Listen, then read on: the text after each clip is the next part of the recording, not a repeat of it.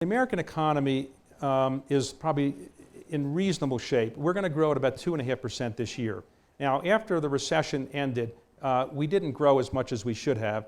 And to really rebound from a recession as deep as one as we had, we probably should have grown at 4 to 5%. That just didn't happen.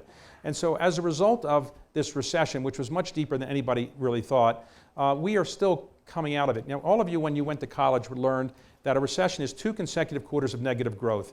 But there's a outdated definition in my view. It should be when the unemployment rate gets back to where it was before the recession. And we still don't have the unemployment rate back there. And as a result, while we're not technically in a recession, we still haven't completely recovered. However, the United States is in better shape than other developed markets. The developed markets being Japan and Western Europe principally. Europe is in a recession a bit still and will be for another year or so, or at least negative growth for quite a while. And Japan is in a very low growth to no growth situation. So we're in reasonable shape. But the things that make me feel really good about the U.S. economy, despite our big problems, the big problems being the $16 trillion of debt, which we're not likely to solve anytime soon, unless I'm brought back to bring inflation under, higher again, and then we can inflate our way out of it, but there's been no demand for me to come back to do that.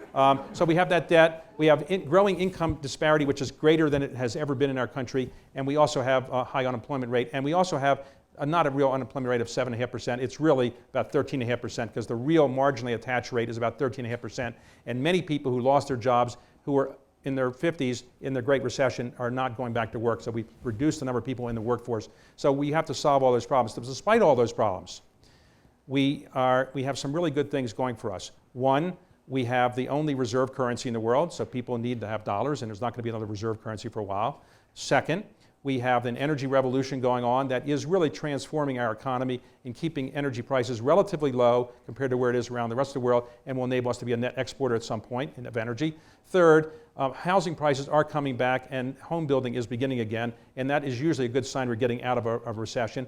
And fourth, the R&D phenomenon in this country, the innovation and all the kinds of things we do to reinvent ourselves is going forward, I think, at full steam ahead, and we are the envy of the world in that area. So I think we have some very good signs, but it is unfortunate, I think, that most of us probably will see our children not have an economy or a optimism as much about their future as we had about our future when we were their age. Because we have to recognize the United States is not going to be as dominant economy as it was when we were growing up. The United States was almost half the world's GDP. Now we're about 21 or 22% and probably heading down. So the emerging markets have emerged. They will be a bigger factor going forward than they have been in our lifetime. And we have to recognize that we'll be an important economic power, but not quite as dominant as we once were.